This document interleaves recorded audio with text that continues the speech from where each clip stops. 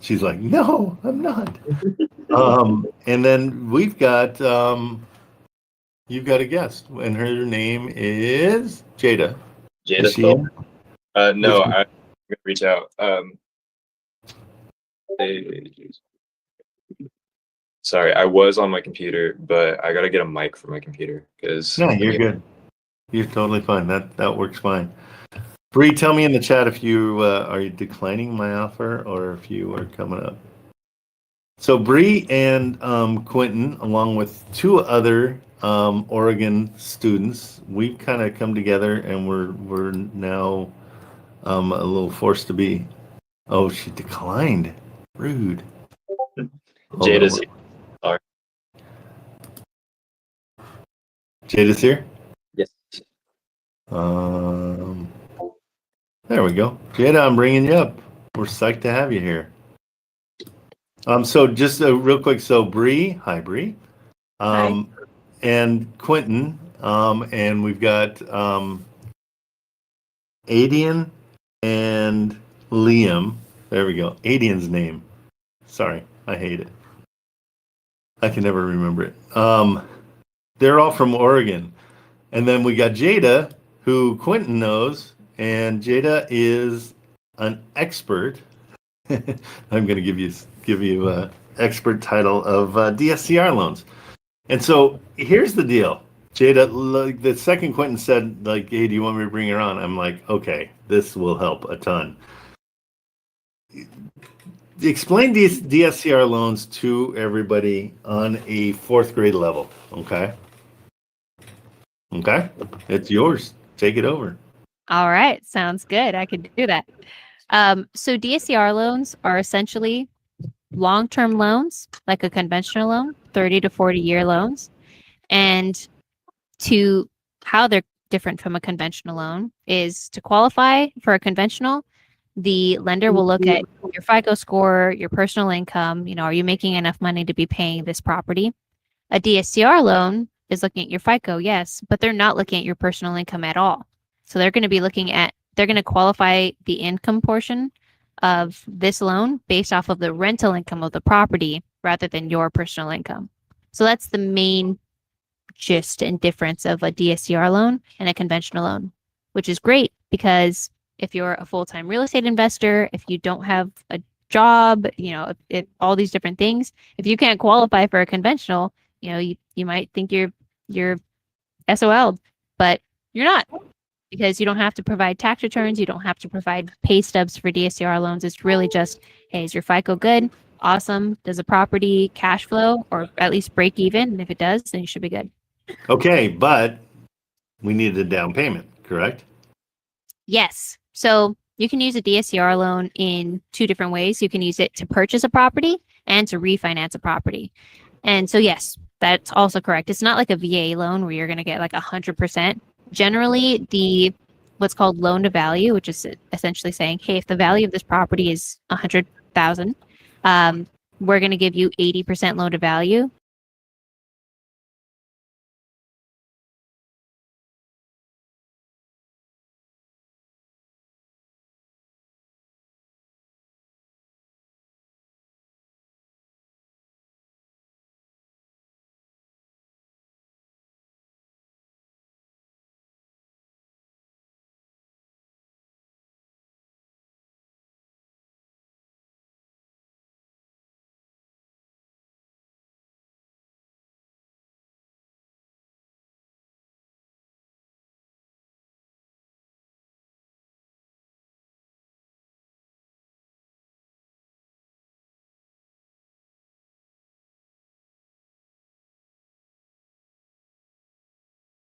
Fee that ranges from like $2,000 to $4,000 depending on the lender, and then all the other fees I don't necessarily know because those are all third party, but those fees will look like appraisal costs, the cost to pull your credit, sometimes that's like $100, closing costs, depends on what state you're in, depends on the title company you're working in, and then a part of those costs as well, maybe not necessarily fees that you're paying, but more of like fees that you're going to be paying in the future up front, is like taxes and insurance impounds. So Now, generally, this is more with refinances, but generally, the lender will look at how long you have to, or I guess how long you have until the property is going to be reassessed for taxes or the insurance policy is going to renew. Let's say it's going to be in February.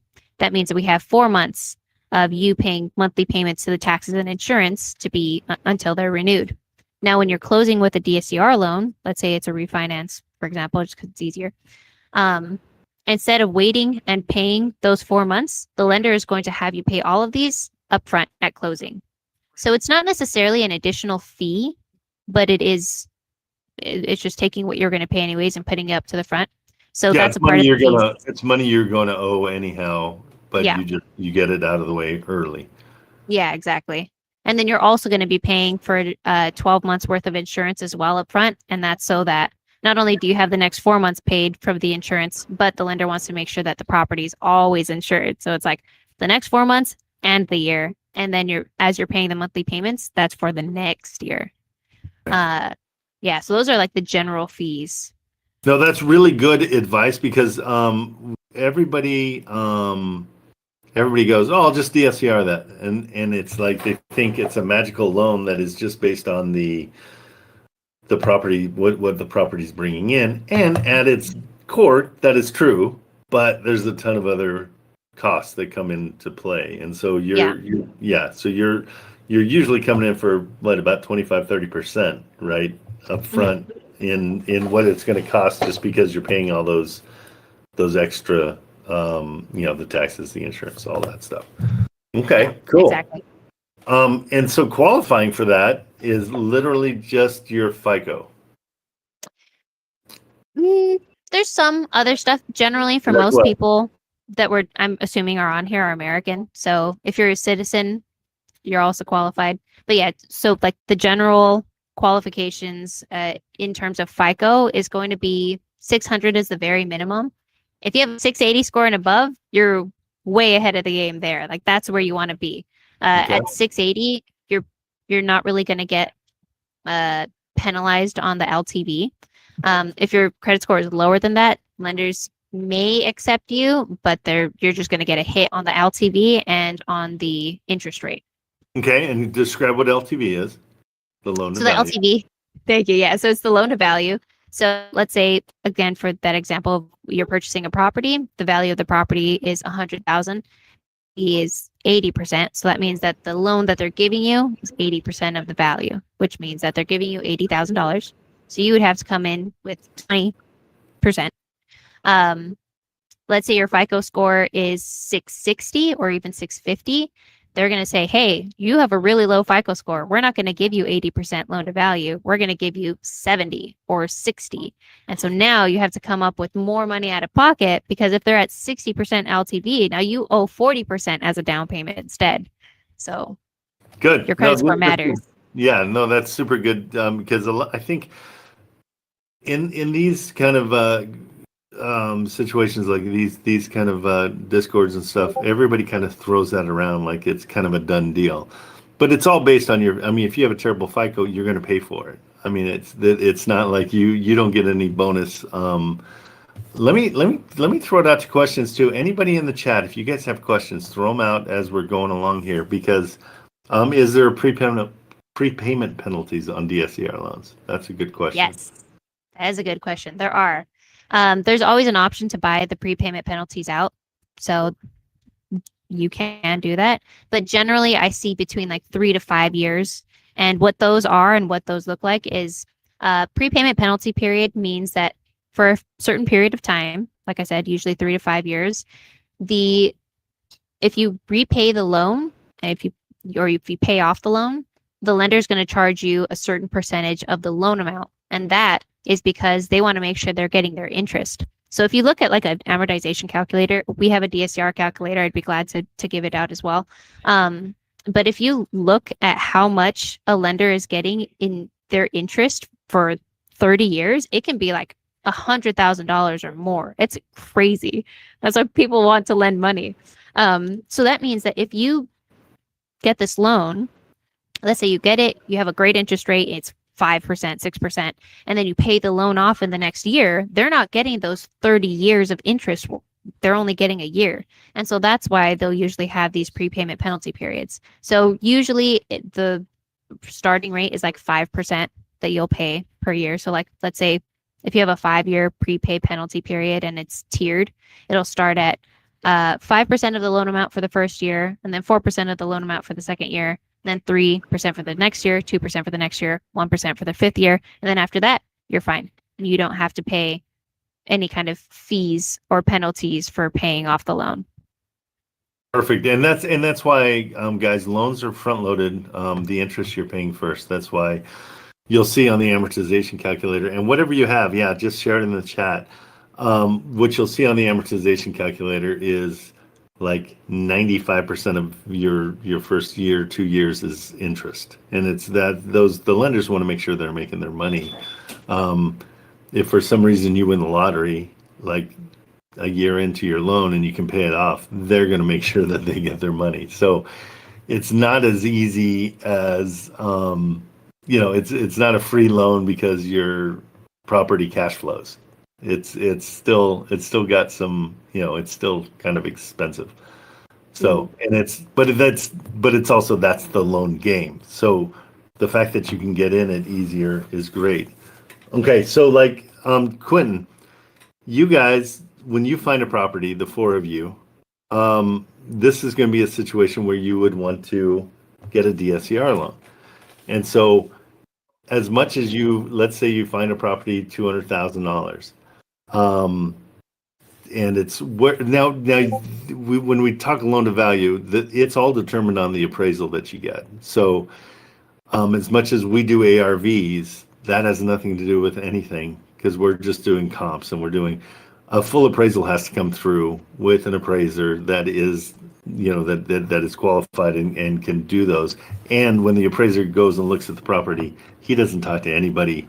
He just gets his appraisal and he brings it back. So that's where that number is based. But like when you guys want to do that, you got to really think about, okay, especially if it's all four of you, we're going to do this, but there's going to be that $40,000, $50,000, $60,000 down payment that has to happen. And so it's not as easy as just like, hey, I found a great place, I can get in it. You still have to have some skin in the game. Now, what about, I know on FHA loans, there's a mortgage, gosh, I always try to avoid it. The until you get to 20%, is that the same? Why can't I think of the interest? I mean, the insurance. The PMI? PMI, yeah, PMI. Yeah. Is there PMI? I don't believe so. No, I haven't run into PMI. I'll leave it as I don't believe that there is. Dumb question, because we're already putting 20% down. So with FHA, you can put 5% down. So you're first-time homeowners. Another good strategy, because the four of you can each qualify one time. And so somebody can be the lead on everything, and you can have a contract that says, that person's handling the loan and responsible for the loan. Then you can get in for 5% down, because that's what a first homeowner's deal is. They want to make sure that you can get in. But yeah, so you won't have to deal with PMI on all this. Good. Yeah, and to answer Quentin's question, I know he asked, like, are we seeing any kind of loan terms tighten or loosen with DSCR? It kind of depends. I've seen a lot of lenders that were really relaxed with some of the like property types that they wanted to lend on earlier in the year. And so some of those have tightened up a little bit. Like instead of doing 9 units, they went down and they're like, no, we only want to do residential, which is a single family to a 4-unit property. But I have been seeing better rates recently. So I heard some lenders that were offering, 5%. And I thought, okay, that's crazy. Nobody's actually getting 5%. And within this last week now, I'm getting 5% when I price some of the loans with some of my lenders. So give or take a kind of stuff. Okay, good. When did that? Go ahead, Bree. So I had a quick question circling back to the rent and figuring out how much, a property can cash flow. Do you have any advice for finding rent that's pretty accurate? Because when we're underwriting properties, I think there's different softwares that'll produce different numbers. So like, do you have any advice for making sure we're underwriting it correctly so that when you get a DSAR loan, it will actually pencil out to where they pencil it out to? Yeah, I usually just have people like ask realtors. Sometimes they'll ask like property management companies. Granted, that's their, they'll do their own comps and stuff, but I don't necessarily have my own platform. A lot of people will use Rentometer. Like a mix of all of those is probably good, but something to keep in mind is if you are buying a property or refinancing a property that's vacant, the lender is going to look either at their own kind of platform, which I don't know what it is. Generally, they're just going to order a 1007 from an appraiser. And essentially what that is it's just a market rental comp from an appraiser. And so that's why I mentioned like maybe go to property management companies or to a real estate agent, because obviously, like you should also be going through and making sure that these rental comps are like kind of accurate and not just that, 5 miles away, they have a great rental comp and you're like, oh, I'm going to use this because it's 5 miles. It's like, think of an appraisal. But I would say that those are the best because then it's kind of like, hey, well, I had an agent look at this, and you can try to rebut whatever 1007 comes back. Like if you were aiming for a $2,000 rental price, but the appraisal came back at $1,000, you can always try to rebut it. Totally. That's helpful. Thank you. Well, what I found is the prior tenants are really, that's your best bet, is you just say, hey, you've got tenants that left, what were they paying? Or, try to get a hold. Because what I found, like my very first one was a duplex, and I mean, we based everything on these huge rents, and then it came down to trying to rent it, and nobody wanted to pay that. And so you're like, oh, wait a minute, this is, I was supposed to get these big rents. But when you find somebody that lives there, lives next door, lives in the area, then you can get a good rent there too. But Rentometer I hadn't seen before, so we'll or Rentometer. I said it wrong. But explain I say to me, both ways. Okay, good. So it's kind of like Target and Target. If we go the 1007 form, is that something we can request from realtors as well? I've never heard of it. So it's not from realtors, it's from an appraiser. Okay. Yeah, realtors will just give you whatever kind of comps that they do, similar to like I think a CMA. I forget what CMA stands for. I just know ish what it is.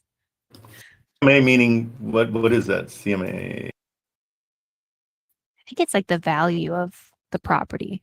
Market analysis. Variable market analysis, yeah. So I think they could I do just that knew with that. rents. Oh, current. And I said it wrong. Ah. It's comparable rent analysis.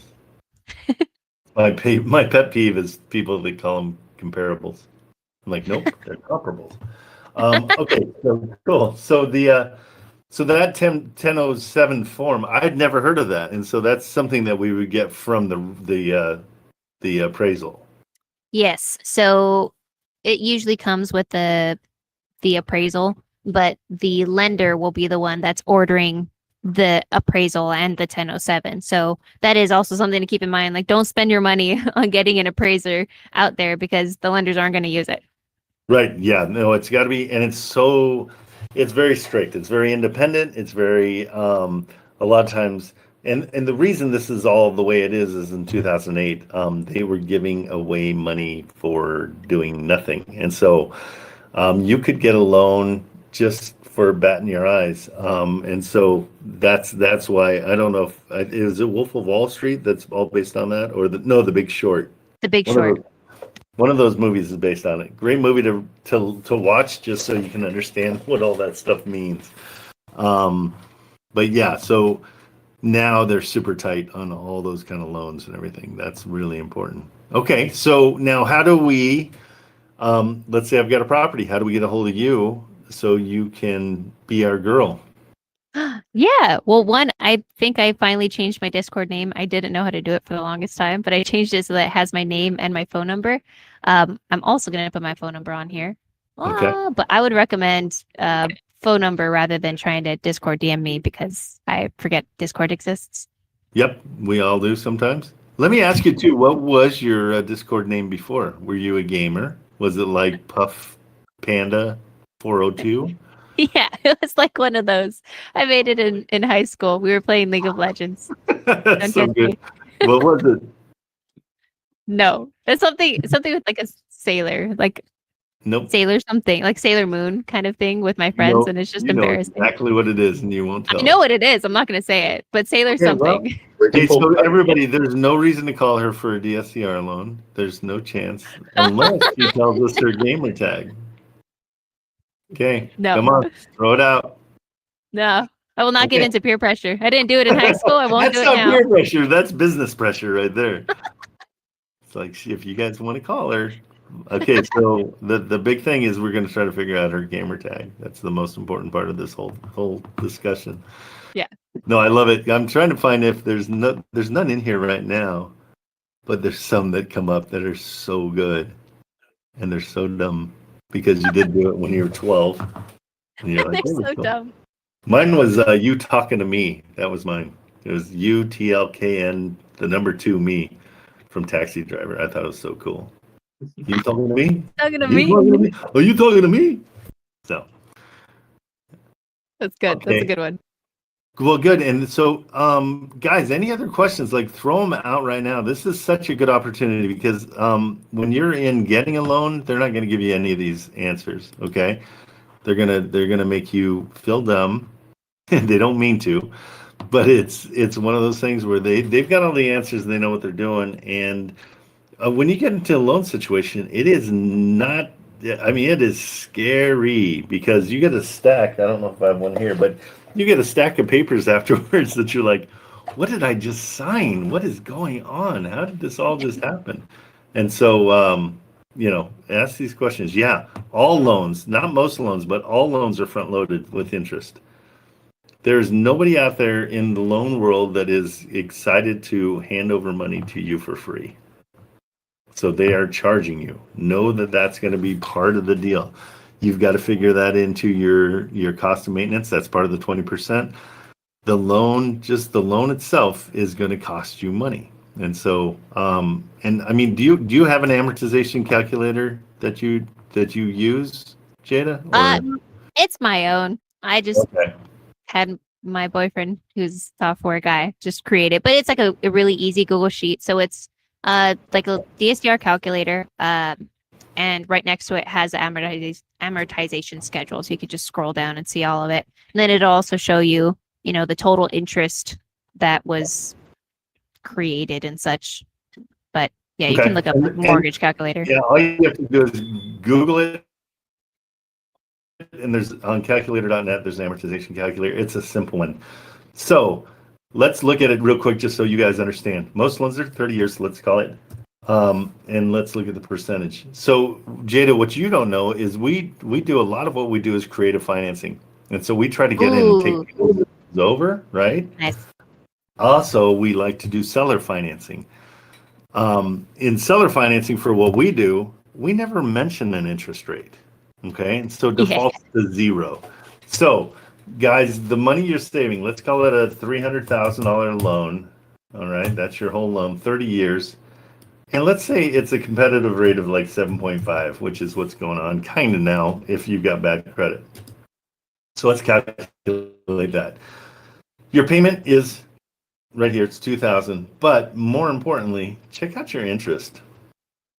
Okay, so your monthly interest, you're going to be paying $222 towards your principal, which is the money that you're paying down on the $300,000.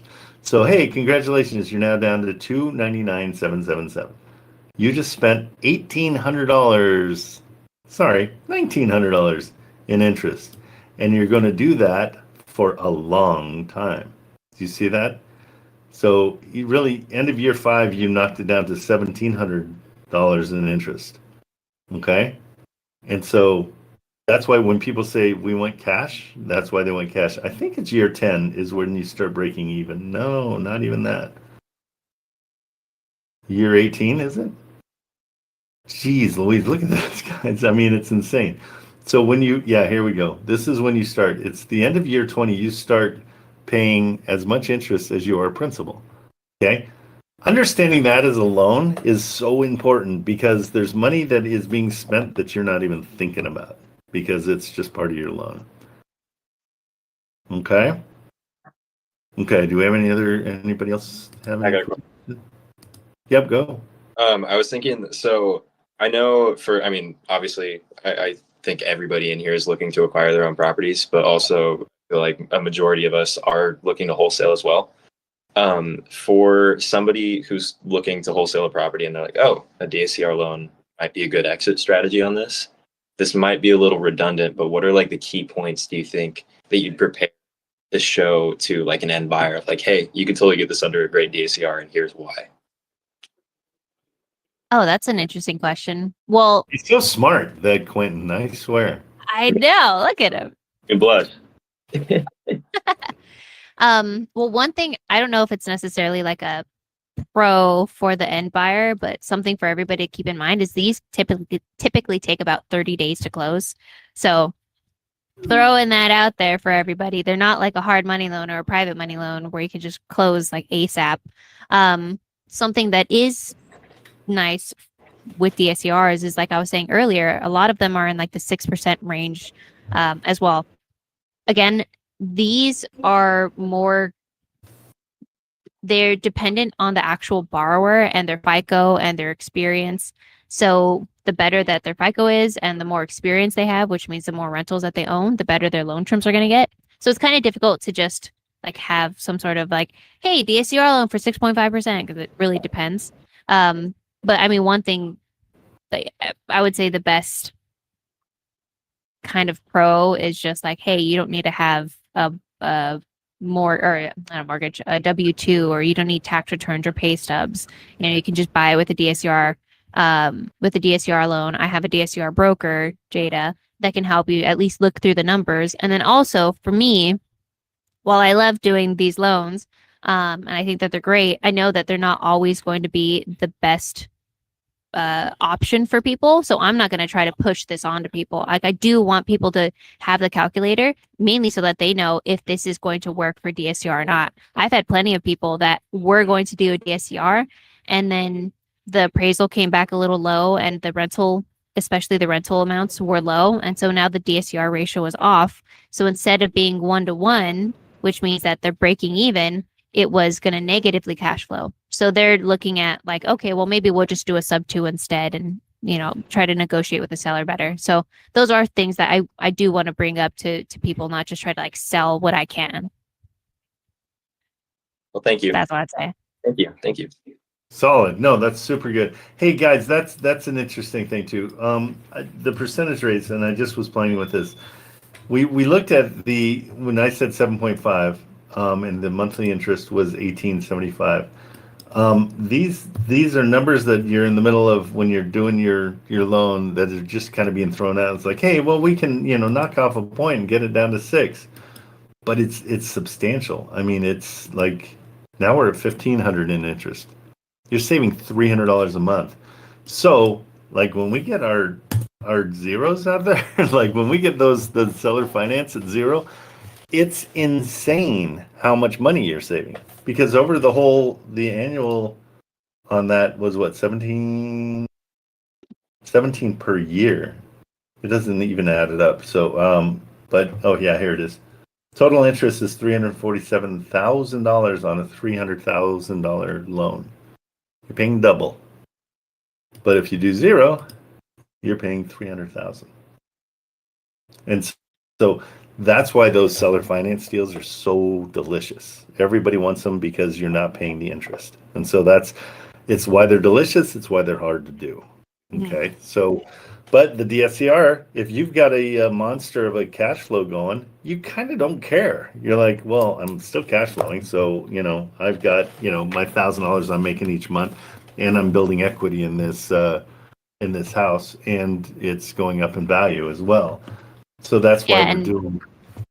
And for DSCR loans, typically I don't do a lot of DSCR purchases because of like what you're saying. I'm also in a lot of more creative finance groups, and so they do sub two and seller finance. A lot of people come to me for refinances with DSCR loans, and that's where a lot of people will do the BRRRR strategy, or they'll have seller finance now, or just maybe they've had a property that they've owned for a while, but they have that equity that they want to pull out. And when you refinance and you do a DSCR cash out refinance, whatever cash out, which is the equity that you're pulling out of the house, it's tax free. And so a lot of people will do cash out refinances to now purchase more properties and get down payments for more sub two properties, or seller finance, or maybe they want to keep burring and all these different things. So it's tax free, but you're still paying tax. I mean, you're paying interest on it, which is way less than what the capital gains is going to be. And so that is the secret of rich people, is to buy properties and then take loans out on them. So they're doing the refi, like she's saying, and you're able to leverage that money that you've got into other stuff. So Jada, for example, I've got it's a sub two that I did probably now a year ago. I walked into it with $100,000 in equity. Okay. I paid them $10,000, but they've got a 2.65% interest rate that I've taken over. So in that situation, what's my loan to value that I can take out a HELOC on? Ooh, HELOC, I don't know. I do Or DSCRs. whatever. Okay, but DSCR, but taking out the equity, it's kind of the same thing. But so how would I take out the equity on that? So apologies, can you say the numbers again in terms of do you have the value that it's at now? The value it is now is $500,000. Okay. It's got $400,000 owed. Simple numbers, 2.65% interest rate and a $3,000 a month payment. And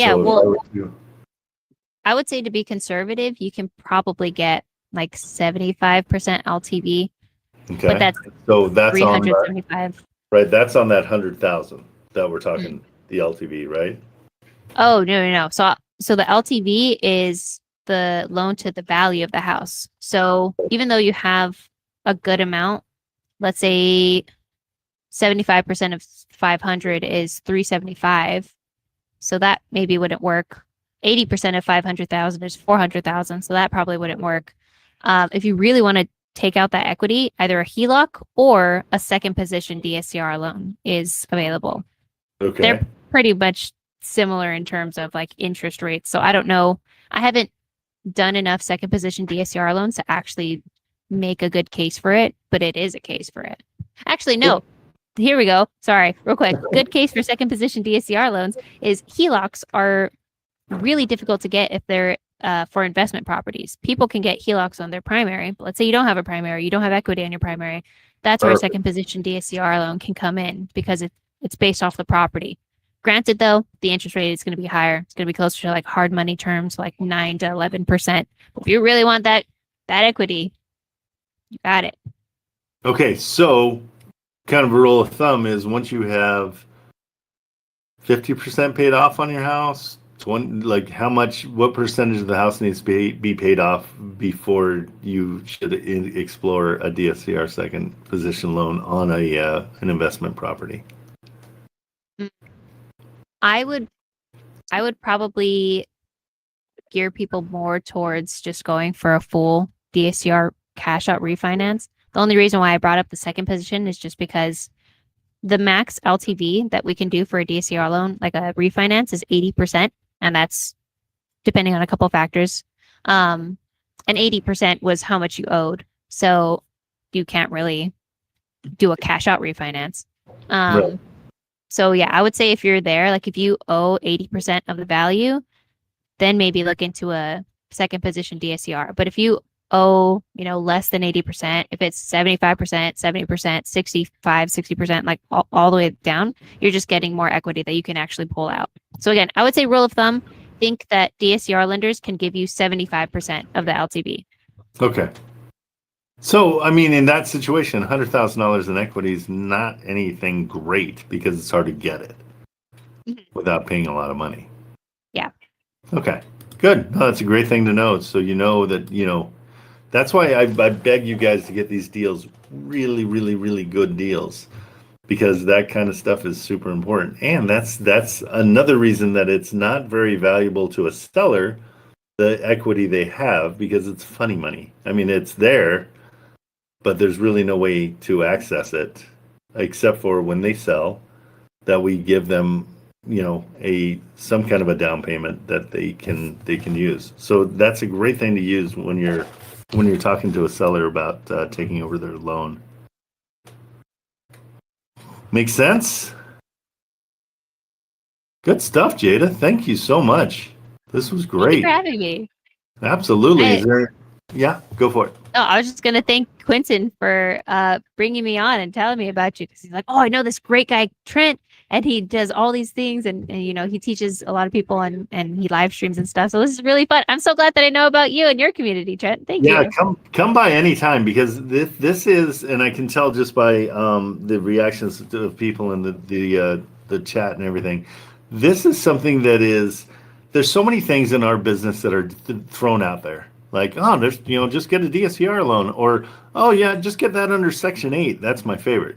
But nobody goes into the minutia of what it takes to have a property that is actually Section 8, and you have to find somebody who qualifies for Section 8 and that has a Section 8 like coupon to get into your spot. It is not that easy. And that's why a lot of these guys that you can sell to who are already doing it, it's easy for them. It's not going to be easy for you. And that's what I've learned, is making a Section 8 work is crazy. But also now we've got a little bit better understanding of what a DSCR loan is. It's not just like this magical thing that, oh, hey, as long as you cash flow, you got a loan. No, you still got to bring in your down payments, and you got to pay your price, and you got to do your stuff. And so that helps a ton for everybody to understand that, Jada. But anytime you want to come in, sneak in, I'll send you my phone number, and you just text me and say, hey, I've got 15 minutes today. Do you want me to come in? And I'll say yes every time, because I love it. Yeah, no, we're happy to help you. That would be super great. Make sure Instagram and stuff. What are your Instagram? Oh gosh. Okay, I'll put it in the chat. Thank you. Hey, do you like your Thanks, Blink? Jada. Do you like your Blink card? I tried it and I didn't like it. You don't like my Blink card? No, I like yours. Oh. That was rude. Like, I hate your Blink. No, I just Blink in general. I tried it and I was like, it was way too confusing for everybody. Plus, your contacts don't come to like your contact. Yeah. It's kind of on that whole other whatever. Yeah, it's a little weird because you have to now save it from the Blink onto your phone. But then also, if somebody's trying to save you, sometimes they'll need to have the Blink and stuff. So yeah, I think Instagram and my phone number is the best way to get a hold of me for any questions or any loans that you guys need. Okay. And where are you out of? I just moved to South Carolina. Wow. Whereabouts? Greenville? Do you need? It's like northern. Of course. Do you need? If you need to buy a place, let us know. Okay. Give us your buy box. We'll put everybody. So I love your phone number that it doesn't have enough numbers. That's the best. Oh gosh. Thank you. Hold on.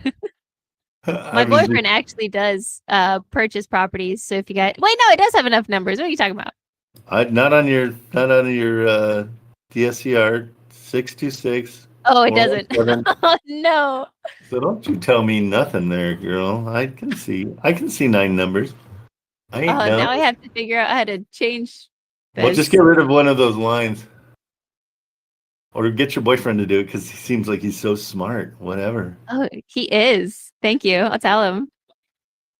Fixed. There you go. Now it has my name. 1470. Number. Okay.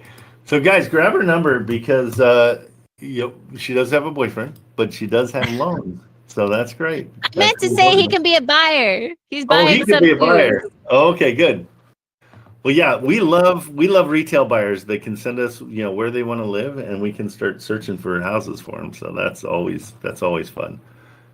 Okay, guys. So you got Jada's number, 626-417-1470. Yeah, if you guys need help with DSCR, and she's going to be here to help you understand the things that are like confusing too, right, Jada? Like if we have a question like, hey, I'm thinking about doing this, but does this make sense? you can put them in the right direction. Yeah. I was on a call with somebody yesterday, and that's what we were doing. It was a whole thing where he's trying to buy this portfolio, and so we had strategized it to be able to offer something creative for the seller. So essentially, he was saying, "Well, I want to buy 5 quadplexes. It's the same seller. The seller doesn't really want too much down, but I think they wanted like 50K down, and in order to do 20% for each of the properties, that's 100K that he has to put down when the seller doesn't even need 100K. So we're thinking like, okay, well, maybe we'll do one property and we'll do a DSCR on that. And so he could put 20% down there. But with that whole loan that they're getting on this one property, they'll just pay the seller. And now the seller doesn't need the down payments on the other 4 because he just got it on the one. So we're doing some math on that. Okay, well, if we can help you there's a Morby method that works out. Have you used the Morby method at all? Yes, sir. Okay, I was wondering if you. So I also help people with Morby methods as well.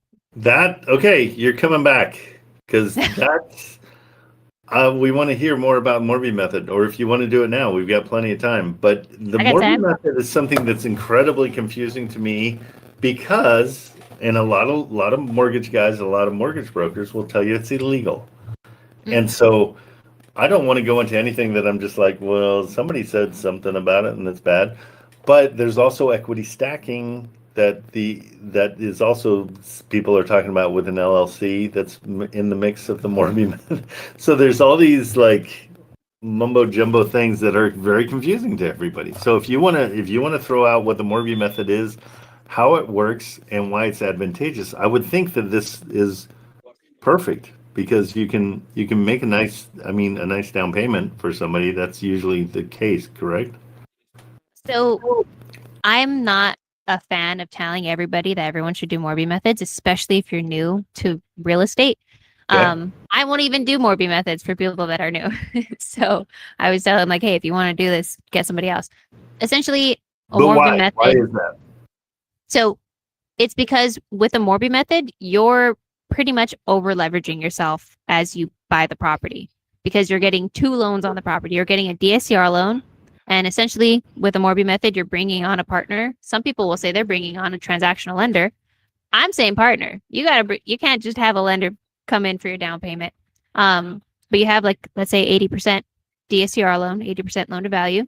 Bring a partner to bring in the down payment of 20%. So that's the first leg of the transaction. You close the property, you own it. But then the second part is you're not just coming in with a partner to bring in 20%. Otherwise, that's a regular just DSCR purchase. With the Morby method, they're actually giving you back that down payment because a majority of this 80% went to the seller. So let's say they're getting like 50%. They wanted 50% down.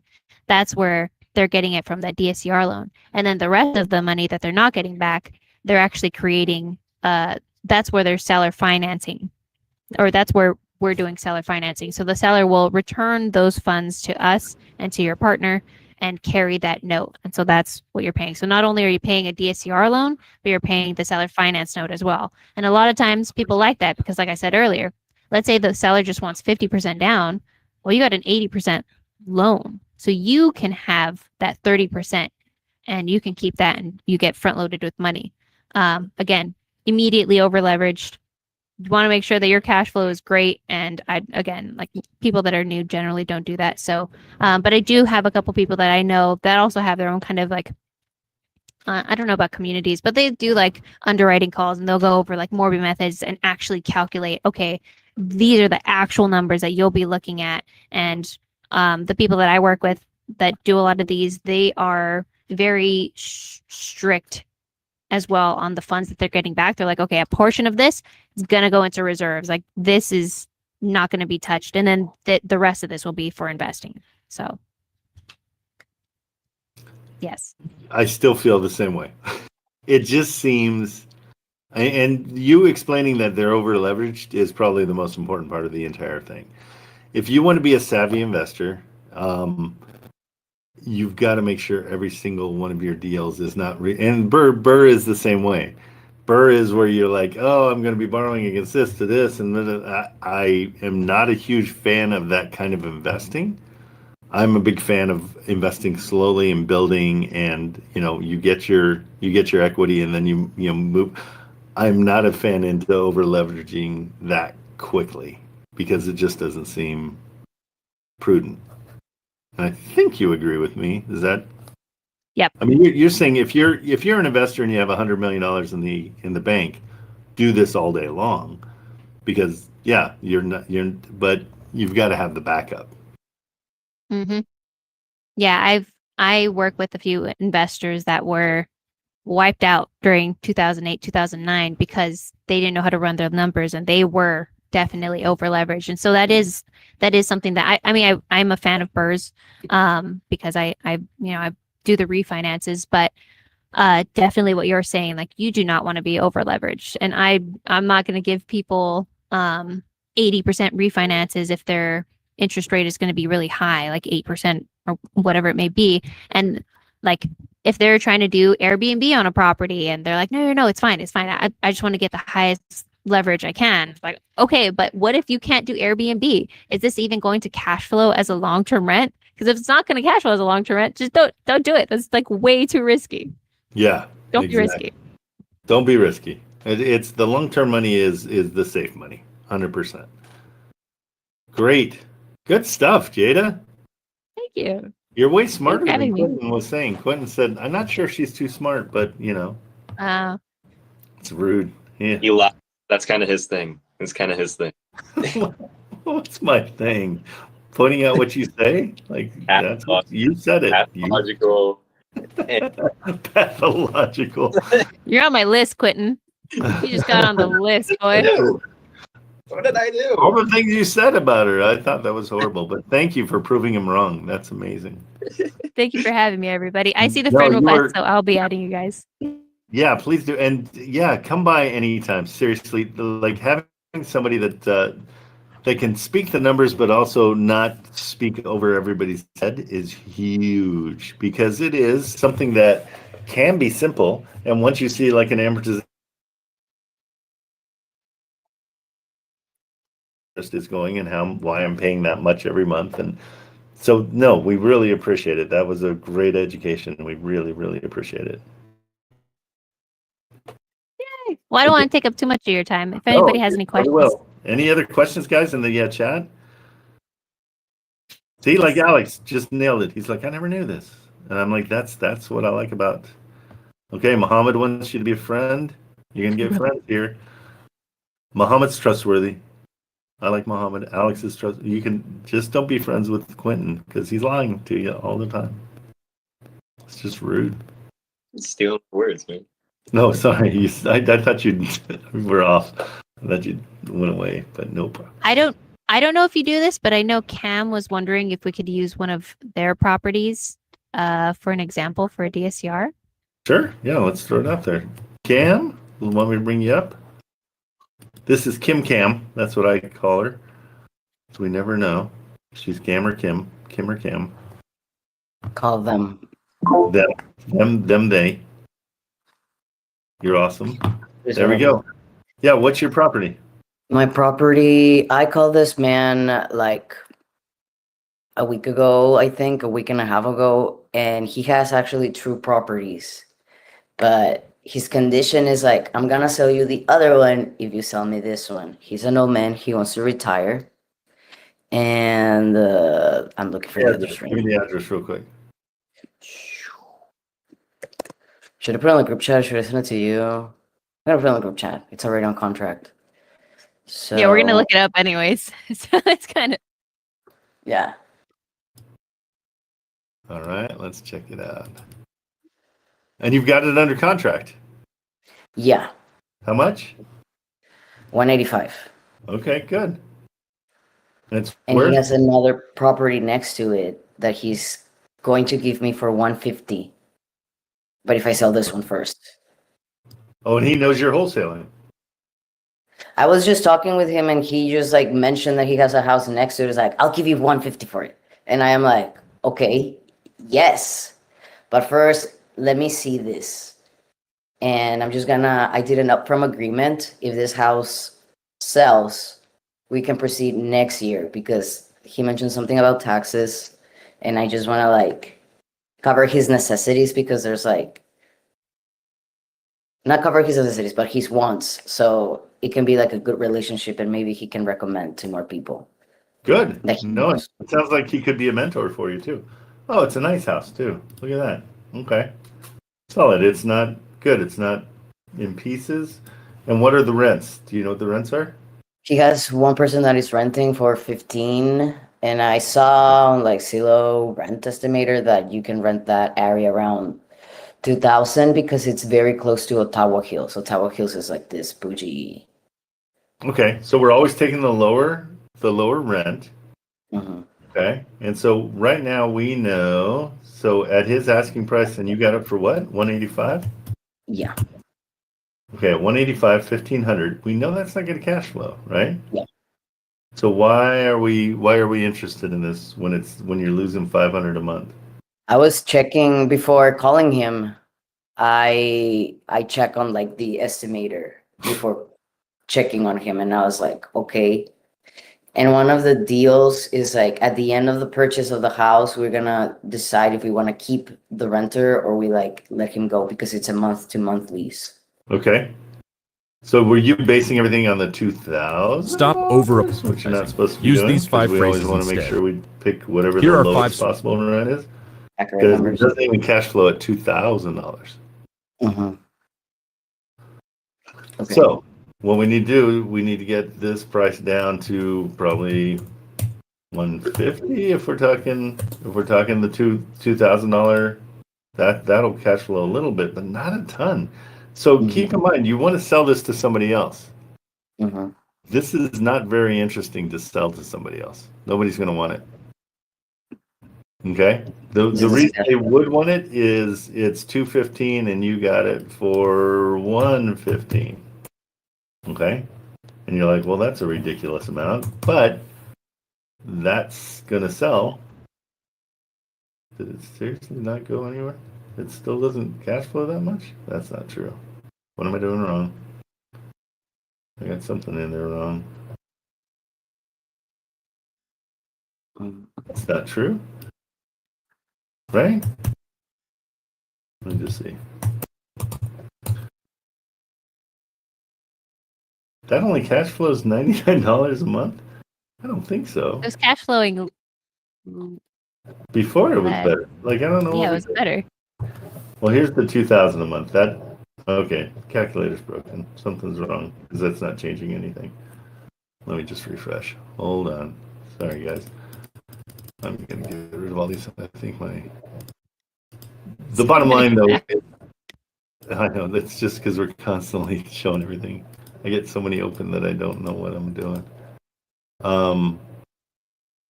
Okay.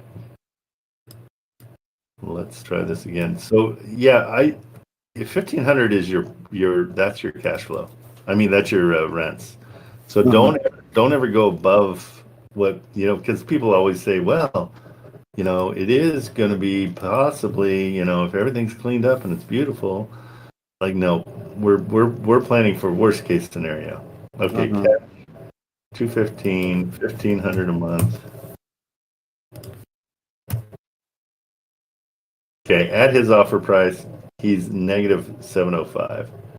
That's why we need these offer prices to go way down. Maybe it is right. Yeah, it is. So this just doesn't cash flow. Why Mhm. would it cash flow if? Sorry, guys. I don't know I really feel like there's a glitch here. That makes more sense. Yeah, we just needed cash flow. I mean, even at 100,000, it's just not going to cash flow that 300 that we want to be at. That is right. Just trying to figure out. There's something going on here that I have different. I mean, I did put the debt at 7%, so that's possibly 6%. That would make life easier. But yeah, sorry, Kim. It's just not one of those. It's not one of those. It's such a banger of a deal that that we can get somebody in there to buy it. Okay. Okay. Even though he has 2 properties next to each other. Even though, let's see. I think I ran this one for Cam. Let's see. Who's Mr. Saint? Yeah, it just doesn't. I'm kind of disappointed that it didn't, but it doesn't cash flow. Okay. Okay. So, I mean, the contract is not gonna pass.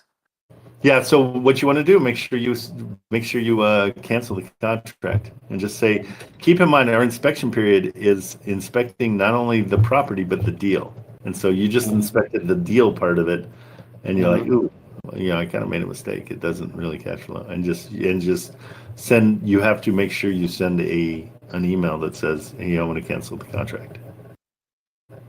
Okay. Okay. Yeah. All right, buddy. Thank you. Thank Later. you. Okay, good. Well, Jada, huge props to you. Thank you so much for coming here. That was very brave. Yeah. Thank you. I also wanted to add a quick snippet from like my calculator that I was using, or like my own. Yeah, it definitely doesn't cash flow. If you guys look at the DSCR towards the bottom, it's 0.93. We want that DSCR to be 1.0.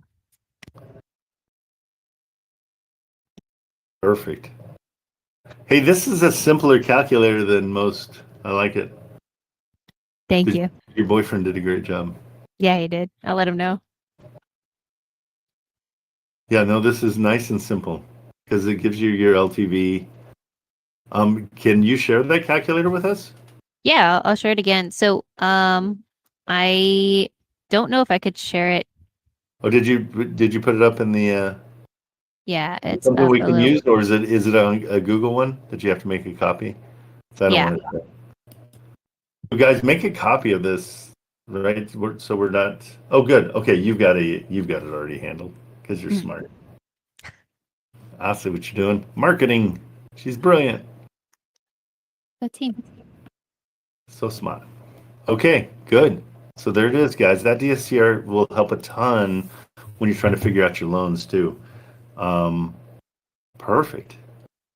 What a great day. Good job. Thank you so much for being here. Let me just double check and make sure there's nobody else that wants to ask you any questions. Guys, going, gone. Let's get anybody have any other questions?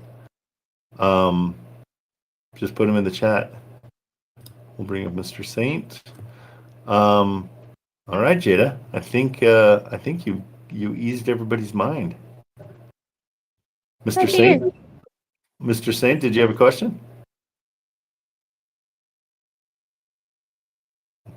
Not for Jada. I mean, possibly. I'm not sure if this would be relevant. I have a property, right? Okay. And it'd be more of a subject to, or call a trust acquisition, right? Yeah. Now, do you do so that, Jada? situation- Do you guys do trust acquisitions? No. Okay. What do you mean by trust acquisition? You're buying a trust? So what we do is our strategy is we put the house into a trust. That we let the seller put a house into a trust. We buy 90% of the trust. Mm. And so that way we avoid having to do the assumption of the loan. We are coming in and buying the trust and taking on the responsibility of the loan. The seller keeps 10% of the trust. We own 90%. They don't have an equitable part of the trust.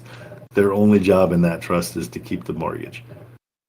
And so it's kind of a way. Banks don't love it because we're just carrying on. Usually it's a low percentage loan, and we're keeping that low percentage loan instead of doing an acquisition. I mean why am I blanking? Taking over the loan. Instead of the loan being called due, the bank is not seeing that the loan called due because it's Assumption. Thank you. buying the actual trust. Yeah. Yeah. So we're not assuming the loan because we don't want to deal with the fees involved with that. Plus, they're gonna crank up the interest rate. Yeah. I don't think we do those. Well, one, because it's sub 2, and then 2, we don't have any kind of like products that'll give you funds for the gap or funds for the down payment. So just so everybody knows, don't ask me. Thank you. Perfect. That's not her thing. Perfect. Okay. DSCR. So here's the situation. Yeah. Shoot. The situation is that two brothers own a home, and they both recently got engaged, and their wives don't like each other, so they want to move, but they they want to split the proceeds from the home and kind of part ways and get their own home. However, the home is selling for $660. Okay. This is in Arizona. Yeah. And I did the math on it. After everything is said and done, they'll just be walking away with about like $48,000. Each? Give no. Period. Oh, total. So they don't have Total. a whole lot of equity. They don't have. Yeah, I think it's like $565,000 is what they owe on the. Let me give you the address so you could take a better look at it. Okay. Yeah. No. So Jada, so you understand, this is something that we would do. We would come in, and this is what I've done with a few properties in Texas. With a $48,000 equity, that is nothing. And I know if you found $48,000 sitting on the ground, it's something. But in our world, I come in and I say, hey, I'll take over the burden of the mortgage for you, and you won't have to pay that mortgage anymore. And then I take over the house. And it's almost that simple. Yeah. And so that's what he's kind of talking about on this one. Let's see. Let's check it out. Yeah, and I'll so tell you why I like it for two Okay. reasons, but just take a look at it and then, berate me, and then I'll tell you what I like about it. okay. Berate you. I would never, unless I have an opportunity. He's like asking for it too. I know, that's what I like. I know it's coming. Beautiful home. So it's turnkey. It's something that's going to be an equity play for you, for sure. It's got, it's on the golf course or a park. Yeah, solid home. No doubt. So I'm thinking more of a retail buyer. I do have a retail buyer lined up for this one. Oh, yeah, then you're good. Like that's exactly what I would want for this. Okay. Here's the thing, right? I don't feel as though the realtor has broken down the numbers to them as adequate as I've broken down the numbers in my underwriting. And to explain all of this to her, I need a better pitch to get this under wraps. Okay, so bottom line is realtor's there to the realtor wants to make some money. And so they've got about 85 in equity. Does that make sense? I don't know if that's going to be dead on. Are these houses going for that much? And they've got a 5.51. It's not a delicious loan. Really hard to sell. No. They're paying $3,300 a month. So basically, we're going to be focused on that $3,300. Like if they want to get rid of that $3,300 a month payment, so the girlfriends can not have to deal with paying that. Honestly, not a very sellable deal. The fact that you have a buyer that's awesome. So they have 562 that they owe. Okay, and then let's just check the quick comps in the area.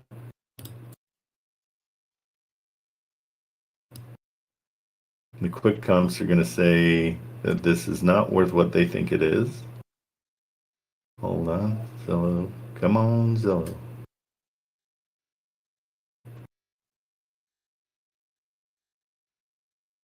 Where do you guys get your loan? I mean, the appraisal. I mean, do you do a general appraisal before you do it, and what do you use? For us? Yeah. No. We just pretty much tell people like, better make sure your numbers are good, because if they're not, you're not gonna either get this loan. Do you have any way? Do you have any way that you comp directly that you like?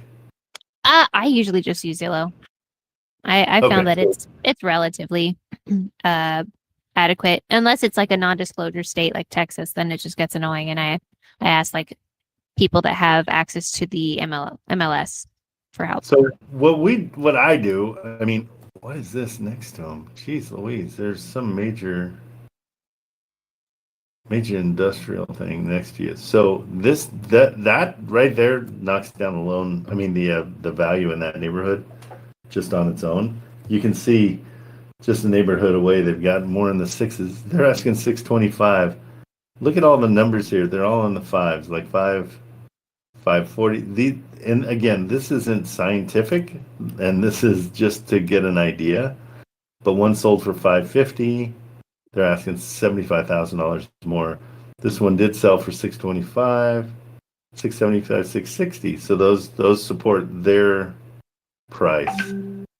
But these are kind of smashed in there. I don't know. I don't know if it's worth that. I don't think it's worth that much. I think it's more in the 550 way. And so Right, but the only reason why they can't sell it for that much is because they owe so much on well, it. they So they have to price it at a price where the comps came in at 660. right, but they on PropStream they owe 562. So that's really what they should be selling it for and just walking away. It's not that great of a deal for you. It's not something that's going to make any money. You know what I mean? Because the value is under what they owe. So that's referred to as upside down. Do you see what I'm saying? So Jada, here's a cool little thing. It's called CompGPT, and it will go in and comp for you. And it'll give you sometimes up to 13 properties on this one that are within 0.5 miles that have been sold within the last 6 months. And so Very nice. it's a cool little AI, it's an AI fueled product. But Yeah, I definitely appreciate the name. Gave me a good giggle. Why is that? Because it's comp. Like ChatGPT, CompGPT. It's just good. It's a CompGPT. Okay, so I'll show you. So I just don't feel like this is a huge deal. Even for a retail buyer. Like I don't feel like they're going to benefit because they owe exactly what it's worth, or they owe more than what it's worth in my eyes. What do you think? So the situation with them is they have $80,000 in the bank. They're relocating to the area because of a job, and they need something creative. So for me, this would fall under creative. The buyer, yeah. Your buyer. Okay, so you're searching for your buyer. That's your focus. Right. So they need a big backyard, preferably 3 bedrooms, 2 bath, 2,000 square feet, and mandatory garage. This checks all the bells and whistles, plus that extra bedroom, and they could afford a mortgage of $4,000, nothing higher. So I think it's coming in at 3,300. Well, yeah, this fits the bill if they can do the 3,300 and then you just take over the mortgage. I mean that's fine. The ARV in this area is under 500. Like that's what we're getting, and that's with a ton of addresses. These are all 25 sales, and they're 4s and 3s, so they're pretty close.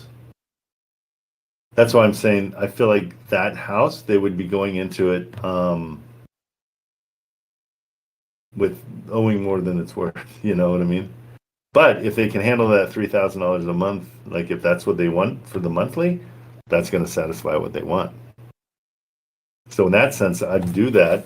You're going to have to tell the realtor they're getting $500. Like you got to be gentle with the realtor and say, hey, these guys are losing money on this house. You can't come in here and get your 6%. That's crazy. Yeah. You can tell them, not only that, I have somebody that can come up right into this. And so if your buyer is interested in it, then there's just not any money to be made anywhere. For the realtor, for you, and even the buyer is going to be getting into something that's under, that's not valued at So I did the math. Even if they got what they were looking for, that 660, they only walk away with 40. So I was thinking that How do you figure they that? sell, What math is that? well, my PropStream was coming up at 565, and then Yeah, you do 562 is times what the they own. 7%, times Yeah. let me do the math so I can adequately speak it to you. No worries. 5,000 times 7%. Okay, 40,000.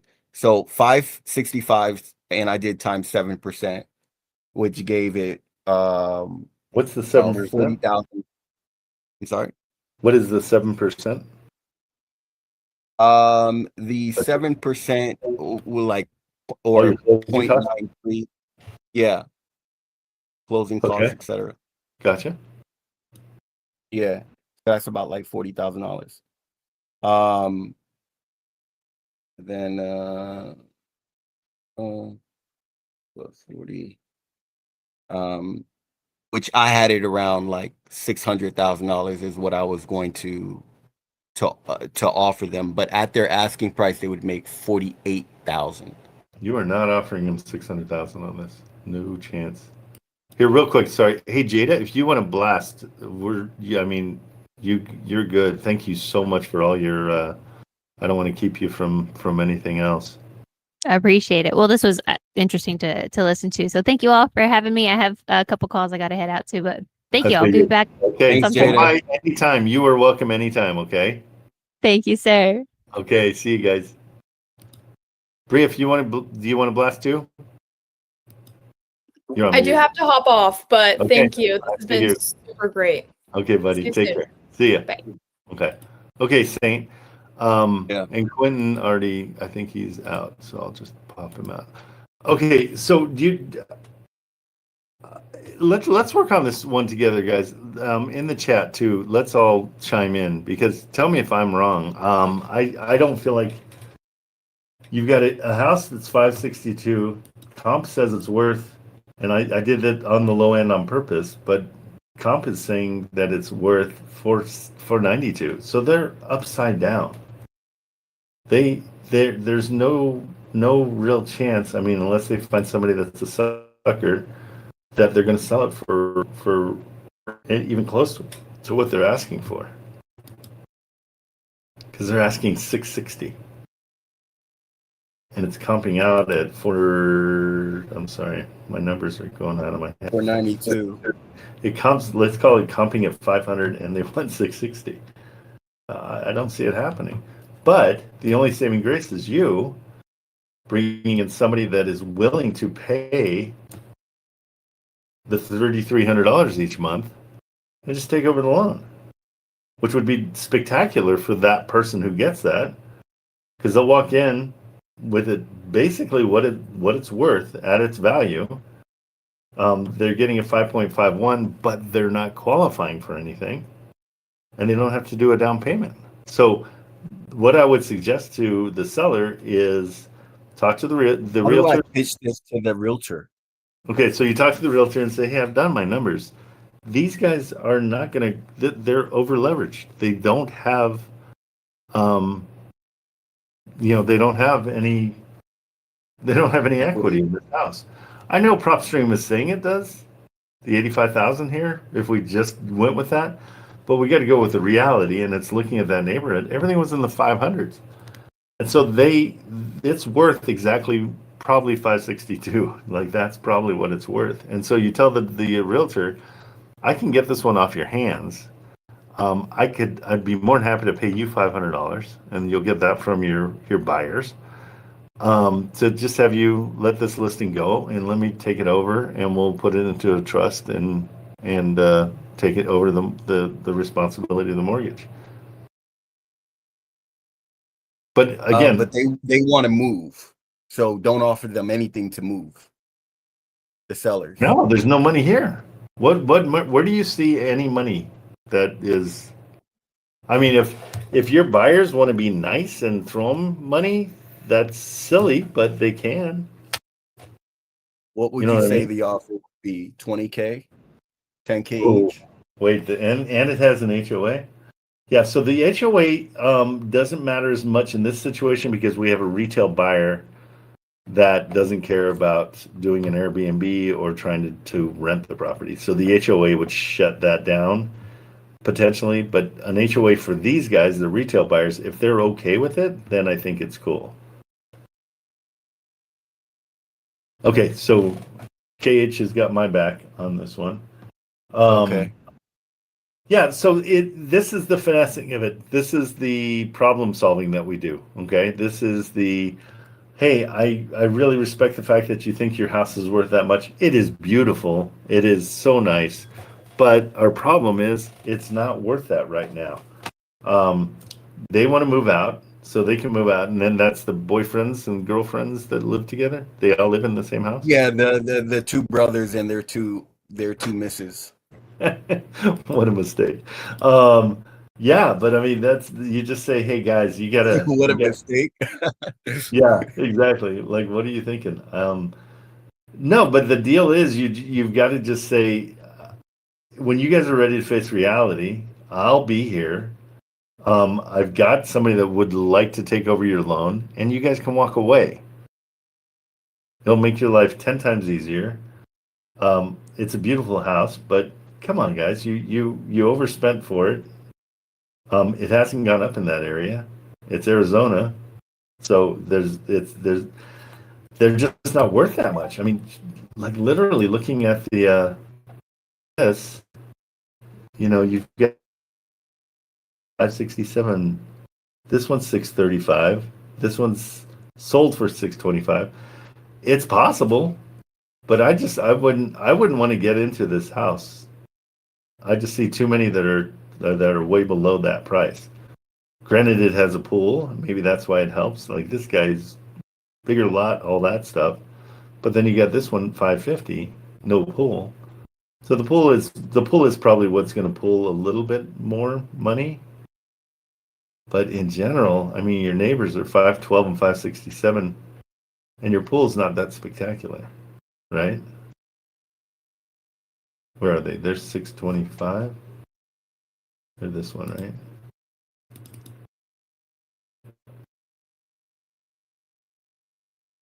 Yeah, that's my feeling. And again, I'm pretty hardcore, bro. I mean, it's like you know me. I'm pretty hardcore on these things because I'm trying to find a deal. Like, yeah, I mean, is that $100,000 pool? Not really. It's not a $40,000 pool or a $30,000 pool. I don't know. I just don't think it's worth it. So it is going to be a situation where you really have to, you got to talk them into it. So basically, I have to come in, tell the realtor, "Hey, I'll pay you to take over this listing for you and take it off your hands." $500, yeah, max. Yeah, $500 max, and then let her know that. Don't even let her know the strategy. No, don't tell it. Never tell your strategy to anybody. That's part of your negotiation. What you want to do is say, "Hey, it sounds like these guys are on a situation where they just need to get out of this house. I'm more than willing to come in and take over their mortgage, and refer to it as the pain of that mortgage or the that mortgage is they're paying $300 or $3,000, $3,300 a month. I can relieve them of that. They don't have to pay that." Because each month that might be something they're like, oh crap, another $3,300 down the tubes, even though they're living there still.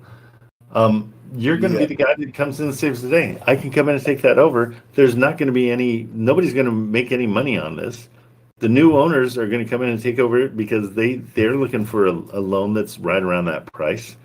It's kind of a perfect situation. If it works for you, great. If it doesn't, the offer stands for a month or whatever you want to do. You know what I mean? Okay.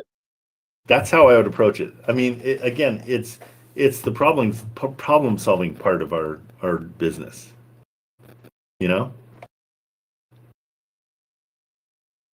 That's what we're doing on this one. Is we're solving a problem. You want to get away from that girl? Yeah, we're solving a problem for sure. And this is their forever home. So, I don't know. I just feel like it ticks all the boxes for them as far as where they Which want is to be, perfect. location. Where you're going to make your 3 money. bedrooms, 4. Yeah, where you're going to make your money is you're going to strike a deal with the buyer and say, hey, since I put this whole deal together, I'd like to charge you 3%. Is that cool? That's what a realtor is going to charge you, and I think that's pretty fair. And so it's 562 times 3%. 30K or something. It's 16. 16. So it's 1680 or 16800. So you can say, a realtor charges 16,000 for this. I'll charge you $5,000 or whatever. Like, then you make a little bit of money. Yeah. That's how I would do Okay. Right. But the realtor would be basing it off the sale price. Not the sale price, the offer purchase. price. The price of 562. So the realtor wants that $16,000. Okay. Yeah. So maybe you have to offer 1,000 just to walk away. Say they're not making any money off of this. Is it fair that you're going to get $16,000 and they're going to have to pay that? I don't think that's fair. And you'll see when you talk to realtors are really cool about stuff like that. They're like, yeah, I've got 6 more listings. I'd love to get this one taken care of and it's off my hands. If I make $1,000, great. They'll do it. But make it matter of fact. Don't make it. And again, make it so like, hey, if you guys don't want to, we totally get it. It's just I looked at this and I have a way to solve this problem. And so then 2 weeks will go by and they'll go, you know what? If you guys, my girlfriend's fighting with the other girl. I'm sick of it. I don't want to live here anymore. I want out. I want to go. I want to be done. Let's just take it and go. Awesome. Okay. That's where I'm at. Okay? Let me know what happens. Oh, he is out of there. He's going to get on the phone. Okay. Mohammed, I'm bringing you up. Marco, I'll bring you back up. Let's get yours checked out. We can go late today, guys. It's no big deal. I've got nothing going on. So. Damn, Trent's trying to party tonight. All right, Mohammed, what's going on? Yeah, it's going great. How you doing? Good. So far, so good. Yeah, so Trent, I just wanted to discuss about that property that we are working right now. I told them the down payment. So the seller is not agreeing to the down payment. He want at least 20%. The reason for that is they agreed before that at a 10K down, but you guys send the contract, I send that to seller. The seller send that contract to his lawyer. So the lawyer is just making the things worse, and he told the seller that the down payment is less, so you should ask for at least 20K, not less than that. So sellers trust his lawyer, and he's not coming lower at the down payment.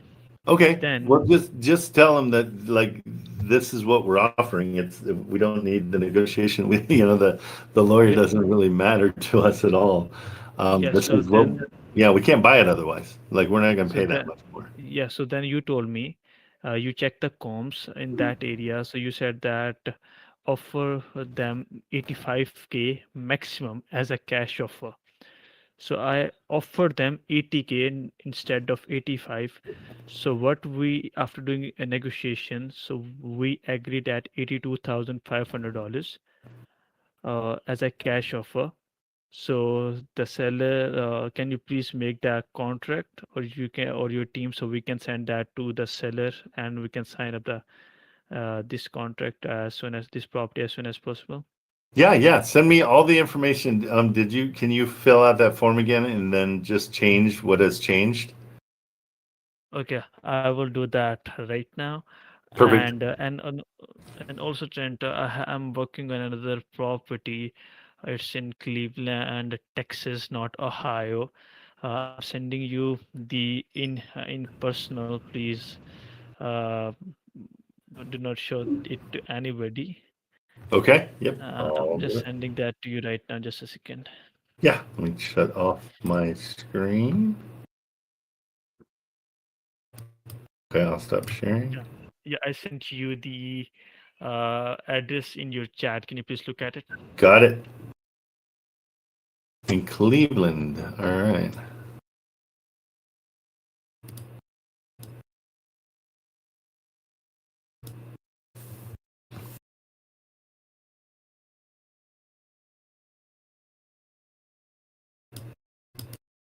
Huh.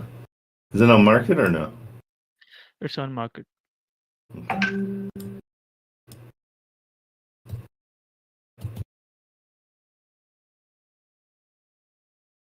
That number after road, is that necessary? Okay, yes, yeah, it's necessary. It's important. Huh. Okay, I'm just trying to figure it out. It's not coming up for me. Just one second, let me find it. Okay, I see it on Zillow. A mobile home, that's a no.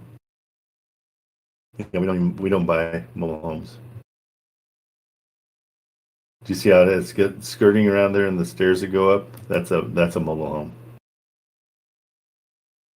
Yeah. So yeah. So what? I just can I tell you what we agreed to? I just don't buy mobile homes. We don't do mobile homes at all. They're just not they're not lucrative and they don't sell.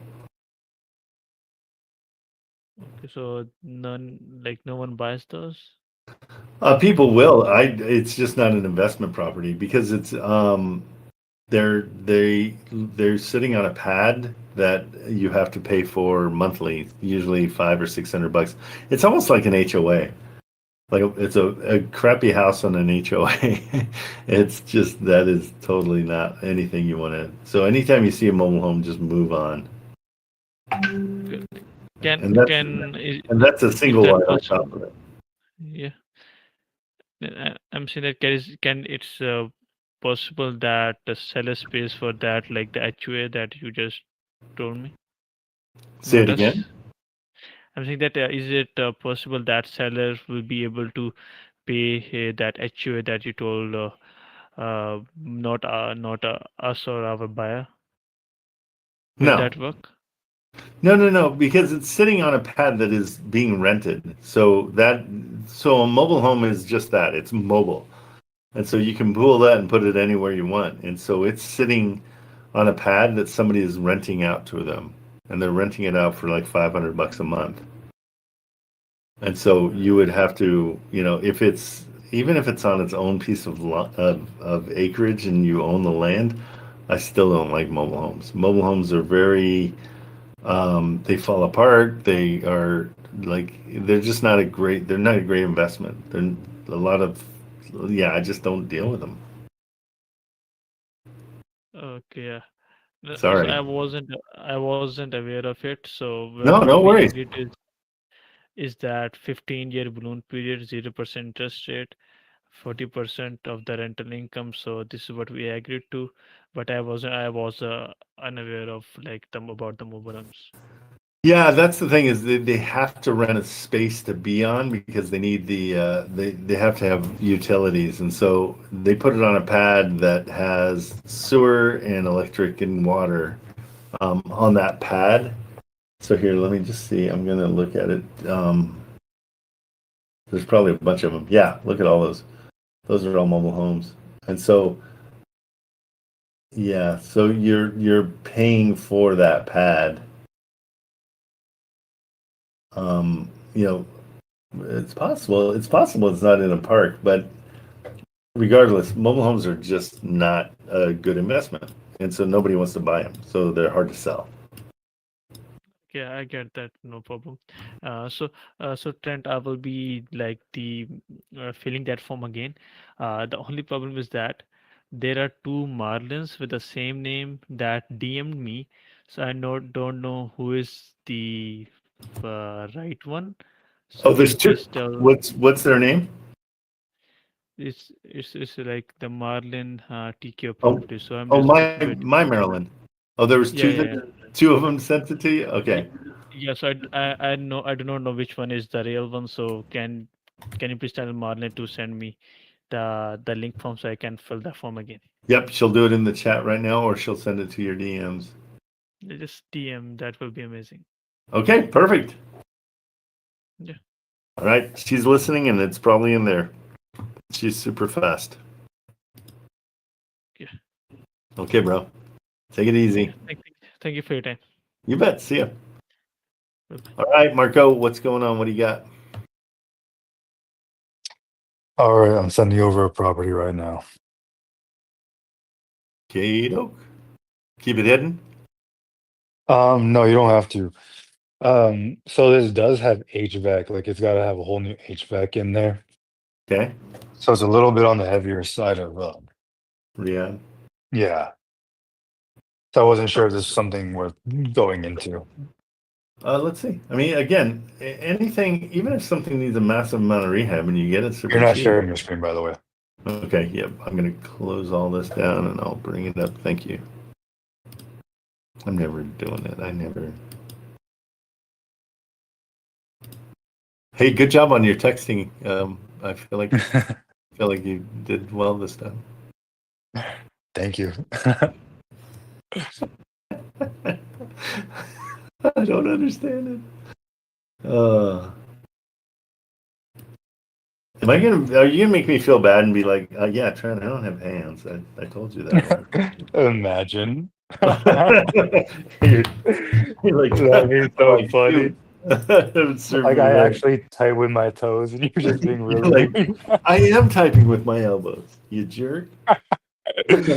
That's funny. Too bad. Okay, so good Yeah, luck. too bad I have hands. Yeah, I'm sorry. No, it's now I know you're just dumb. So it's like, let's see.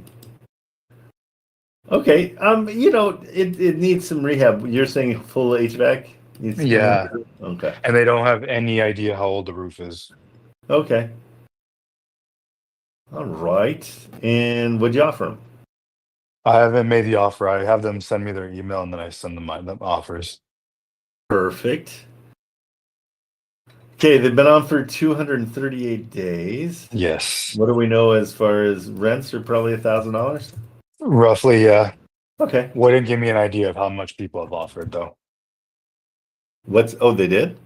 No, they wouldn't. Oh, they wouldn't give you an idea. No. Okay. Yeah, I mean, this is kind of a hit it and move on kind of a thing. Because, yeah, it's going to need some help. It's not brutal, so it's not a heavy rehab.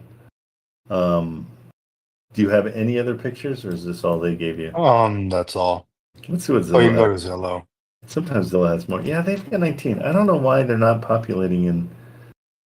Yeah, it's weird because it does it for some of them.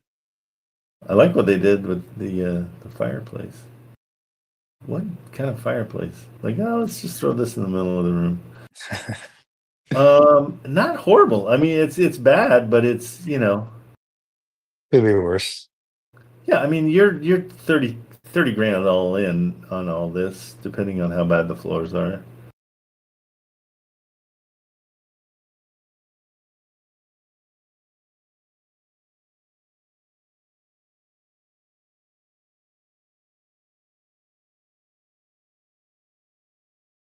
And there's no vents like at all in the house. Like it's got to be Yeah. full on installed. Well, It doesn't good, qualify but, for FHA or VA loan.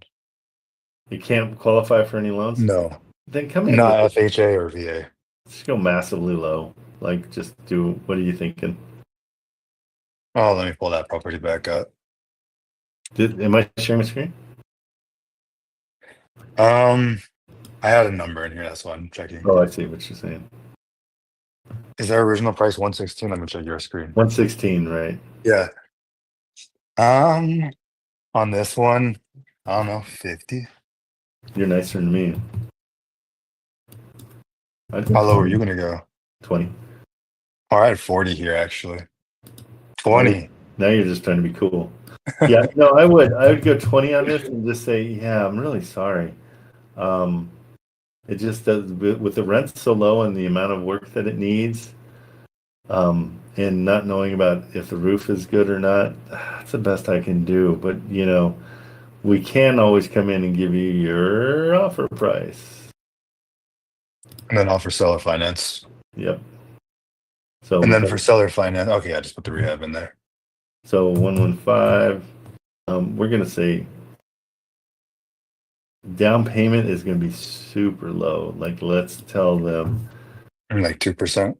yeah, let's tell them 5. Well, yeah, 5 is what I have standard. yeah, I know. Let's go 4,000 for the down payment. All right. 10-year balloon. They do own it outright. Yep. Okay. Yeah, looks like 10-year it. balloon. And we could go 200 a month. Let's go low. We'll go 1/5 of the rents. Yeah, then we can cash flow. If they're willing to do that, that's sellable. That's solid. That's a great deal. So 20 grand. And again, it's the way you present this is what matters. And so you come in and go, I am not the guy to lowball, but I'm looking at this and, it makes me nervous, the roof, and I'm looking and, I'm figuring just because it's a bigger house, it's 1,600 square feet. I'm figuring everything at about $50 a square foot. So 1,600 times 50. This is about an $80,000 repair for me. So, I would want to come in and get this at 100 grand if it were ready to go, which is not a horrible. That's not a horrible offer. And so with that 80, it really knocks it down to 20 grand. See how I got there? Yeah. And just be That's smooth, huh? and just be like, I'm sorry. It's just kind of the facts. But, there's another way we could do it. And I could come in and give you your offer price if you're willing to take a set of payments. And then I'll be paying you $200 every single month. And then at the end of 10 years, I'll be giving you $87,000. How's that sound to you? All right, sounds good. And just throw it, but do that in person. Like do it on the phone. Don't do that as an email. I think the emails don't hit as hard because you don't have inflection. But yeah, if you do I it call them before I send the emails. Yeah. So just let them know the whole thing, and then you then back it up with an email. Like, here's the LOI or whatever, however you want to do it. All right. And then I sent you this other property. It's a duplex. Oh, But it said this as a 5.2, but it's actually a 3.121. 3-1-2-1. Okay. Yeah. 3-1. One's 3 3-1-2-1. 3 bedroom, 2 bath. So 5-2. Yeah. Okay. Yeah. Where is it? I texted it to you. Sorry. Let's see. Where are you? There we go. You get it? Got it. Coming up. Where are we? You like Columbus, Georgia now, huh? Yeah, it's got some pretty good deals out there. It's a side-by-side instead of an up-down, so that's good. And is it rented now? No. It's vacant. So Yeah. you definitely want newer pictures. Let's see so 97, what are you thinking here? Is that right? 1,600 for rents? I'm assuming that's just estimated both 8.8? sides. Yeah, like 8.8. Yeah. Okay. I haven't talked to the agent on this one because wasn't sure if this one we just threw away because it's one bathroom for each side. Yeah, but it's a duplex, and sometimes it depends. You're right, but let's why not? Let's throw an offer. We're this far into it, All right. So yeah, I like the cash flow at 1,600. It's going to cash flow. Let's see their cash right now and 16. You think 1,600 is right? Let's see, go 15. I feel like that's a little high. I'm feeling too. Maybe 1,400. 700 each side. Yeah. Okay, I'm good with that. And that's just based off us thinking, net revenue's 30. Yeah, Yeah. just move. I mean, that's where they're at. So I mean, if you were going to come in, I'd throw 50 at it. Let's see. Throw 50,000 at them. Okay, I can do that. Yeah, and just make it a cool. There's some that you want to take a little time with. There's some you don't, and this would be one that you're like, hey, I'll give you 50 grand. How's that sound? See what they say. All right, Trent, sounds good. I'll go ahead and hop on the call and do that one. Okay, good. Hey, you're doing great. It's just going to be repetition, and it's going to be. I can almost promise you, it's going to be a realtor that you've talked to is going to come back to you and say, hey, I've got this one. What do you think of this? You're going to be like, sweet. Yeah, I know. I'm just staying consistent. Yeah, no, and that's the funny thing is most people quit like a day before they were going to be successful, and so it's like just keep on plowing away. No, I Okay. have no plans on quitting. The way I Good. look at it is like one deal closes like what, 2,000-3,000 on the very low end. Yeah, exactly. And if you're not greedy, you can close more deals. That's the best part. Exactly.